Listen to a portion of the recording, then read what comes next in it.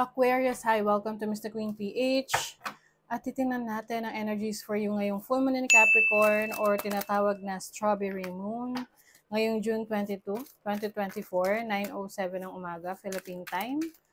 So, i-check nyo na lang kung kailan yung eksaktong oras at araw ng full moon sa inyong lugar. So, for you, Aquarius, ang full moon ay mangyayari sa inyong 12th house, which is the spiritual house, your subconscious, mga bagay na iniiwasan mong harapin minsan.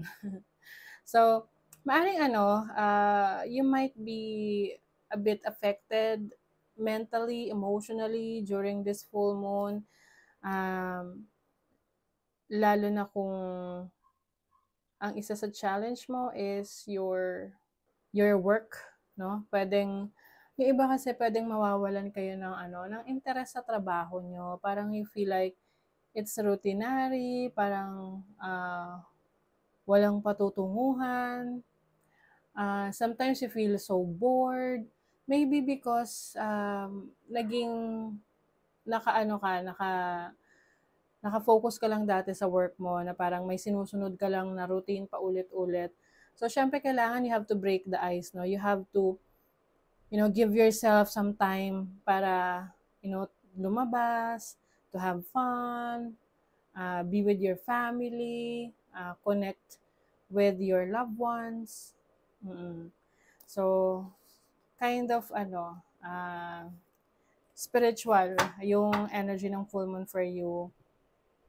Yung iba, pwedeng meron kayong ila-let go na work, trabaho, na you feel na hindi na serving your highest good, your highest purpose, and maaring merong opportunity na mag-open for you na pwede mong pagkakitaan kahit nasa bahay ka lang because of the trine ng Mars sa Moon, which is in Taurus in your 4th house of your family life, your home life. Possible din na maaring meron kang makasagutan or magkaroon ng issue sa trabaho, sa workplace, no? Isang coworker, nagkaroon ng misinterpretation sa pag-uusap ninyo. And also, Aquarius, you might want to pay attention rin sa inyong kalusugan during this time. Lalo na kung ito ay medyo parang napapadalas na, no? Kailangan nyo nang ipa-check up kung ano man yung nararamdaman yung medyo mahirap pagdating sa kalusugan ninyo. Okay? It's time to check that. Ipa-check nyo na. Some of you rin, merong opportunities opening up sa inyong family life, home life. Pwedeng meron kang makakasama na na family member to try to have your own business sa bahay lang, ganyan. Let's see what else? You have the 5 of Wands. Ayan na, yung sinasabi ko sa inyong makakasagutan nyo. Pwedeng merong conflict around you. Pwedeng related to sa trabaho or sa pera. Or sa family, within the family members. Like for example, mana, inheritance from your parents or yung mga kamag-anak nyo. Yun lang ang mahirap dyan, no? But I also see some travel opportunities for you na kahit mag-isa ka lang, susubukan mo mag-travel para makaiwas sa gulo, makaiwas sa stress. And some of you will just focus more on your finances, your money, no? Meron kayong binibuild na financial stability, mas nag-iipon kayo ngayon. Some of you pwedeng merong overwhelming emotions during this time. So if you feel na parang you're feeling off, no? Parang wala kang gana, subukan mong mag-distress. Yung tipong lumabas ka, pumunta ka sa spa, magpa-massage ka, or go somewhere na merong malapit sa nature kasi you will feel better. You have the 10 of Pentacles. The Two of Cups. The Page of Pentacles. Six of Cups. Okay, pwedeng ano, yung iba, meron kayong gustong balikan na dati yung work or dati yung pinagkakakitaan na pwedeng magkakaroon kayo ng opportunity na gawin yan. I also see a romantic connection here with uh with an earth sign, Taurus, Virgo, or Capricorn. Parang you're trying to get to know this person. You're getting to know each other. Especially kung nararamdaman mo na meron kayong chemistry, no, with this person. So, pwedeng new relationship to with some of you. But kung in a relationship ka, I feel like you will find more time with your loved ones, no, yung romantic partner mo. See, merong gustong sumabotahe sa'yo sa work. Some of you, you will realize kung sino tong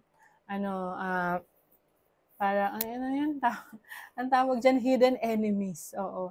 Kasi ito yung mga ngako sa'yo, pero hindi niya tutuparin. Kasi intention niya talaga yun. So, wag masyadong magtiwala.